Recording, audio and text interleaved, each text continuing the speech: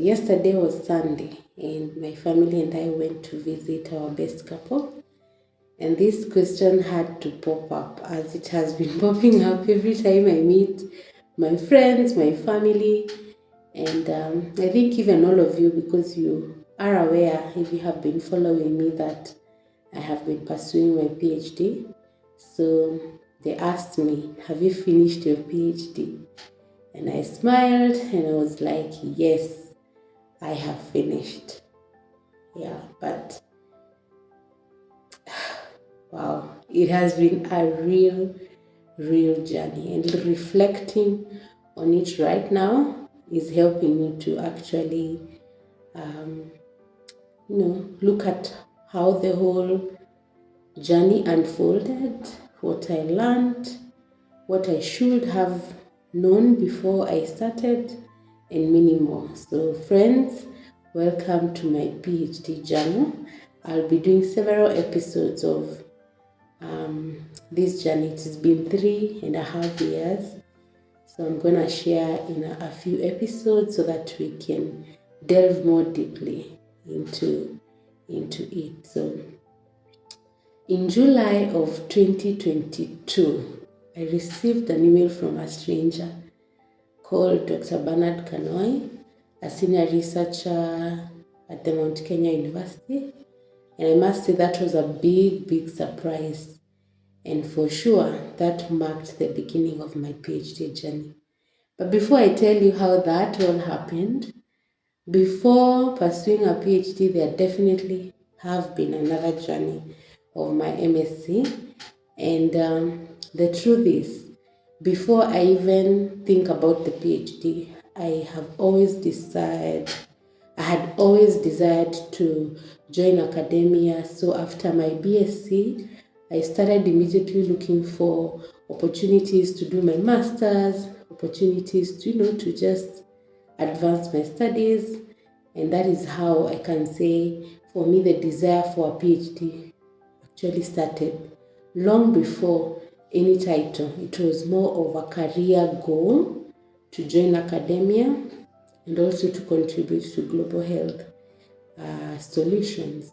So I pursued a master's in molecular biology and biotechnology through an African Union funded Pan-African University program, that is PAU.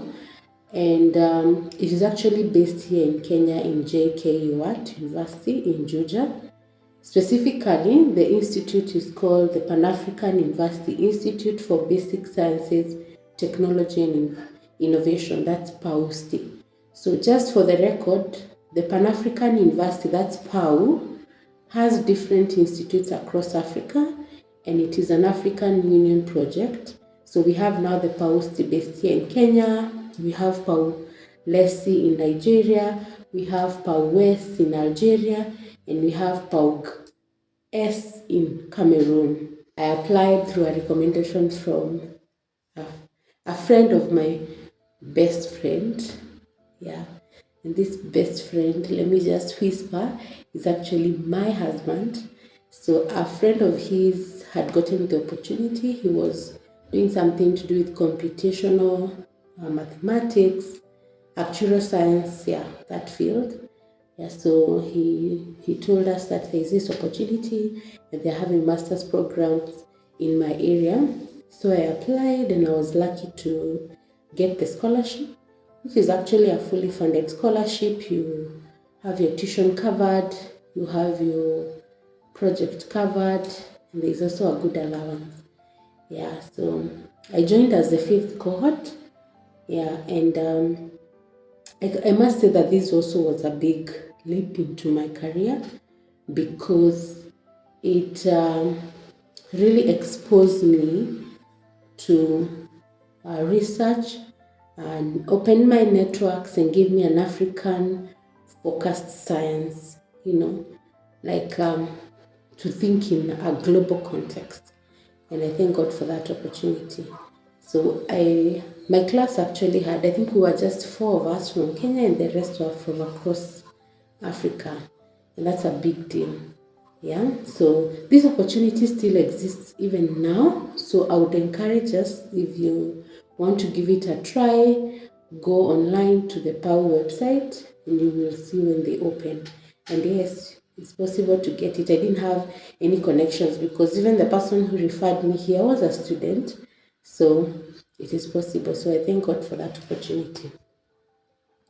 So the whole master's program was 2 years, strictly 2 years, being a fully funded scholarship. There was no way you'd not finish within time. So we did 2 years. The first year was theory. Yeah, we studied several subjects, and then we had 1 year of project.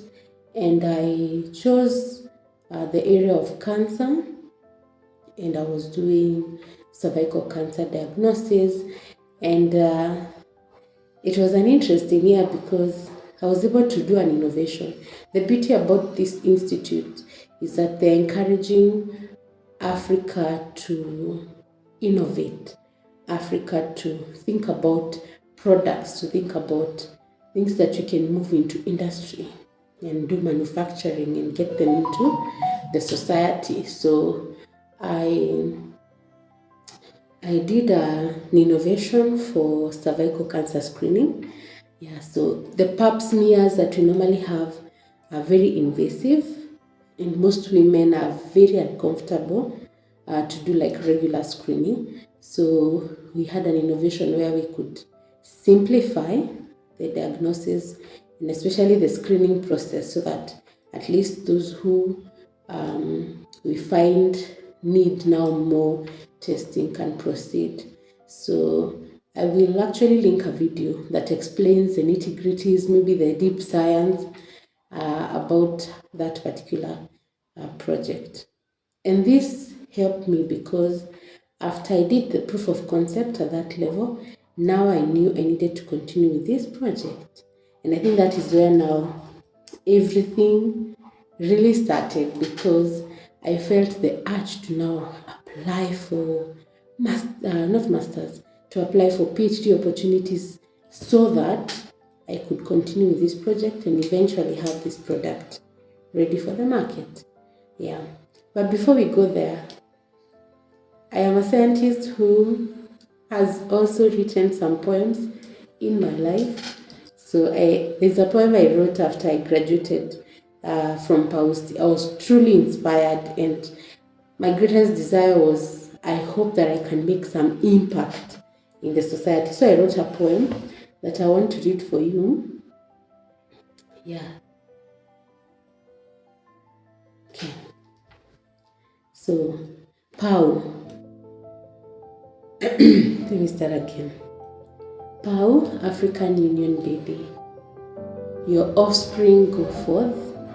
Will thy impact bring? Will they change the African continent? Will their voices loud declare, their hands excellently perform, and their hearts fully pledge allegiance to their continent?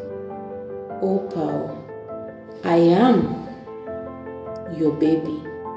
I hope you have taught me well. As a child taught at infancy, does not fall away from that put therein.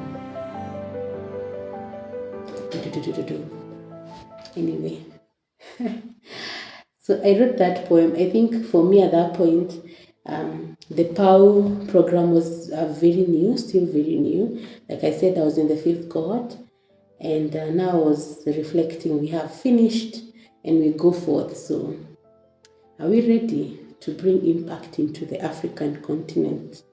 Are we going to be faithful? Are we going to be patriotic so that we do things for Africa? And, at a personal level, I was like, I hope you have taught me well, because I know when you are taught early, when you're young, the things that you get taught really don't go away. So I hope that is an inspiration. I actually bumped into it and I was like, oh my God, I had even totally forgotten that I had done that poem. But just to mention that for sure.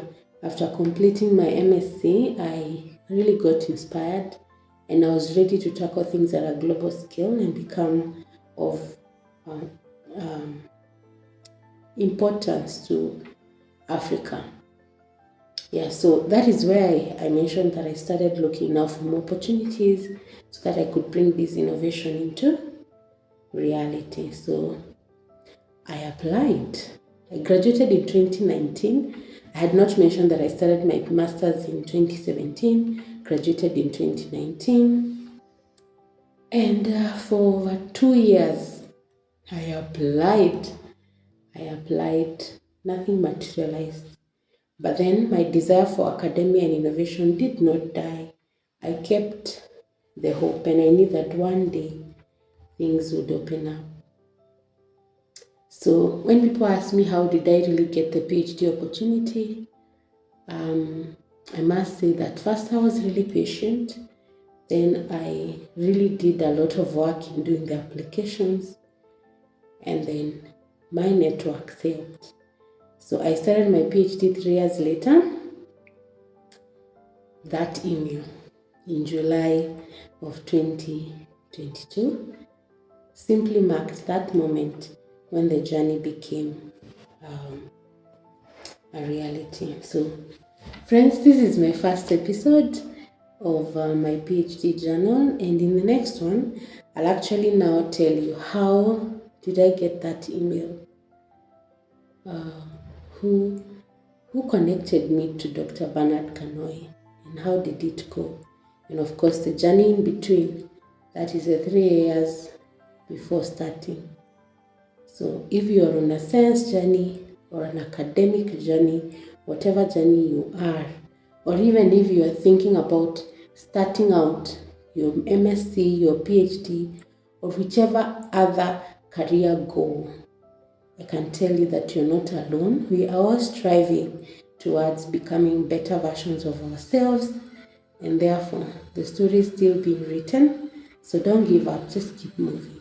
So see you in our next episode, guys. And if this is your very first time, my love goes out to you, and thank you for watching until this point. But now you need to subscribe, right? I think you agree with me, because that's the only way you can know what happened next. And also, we keep inspiring each other.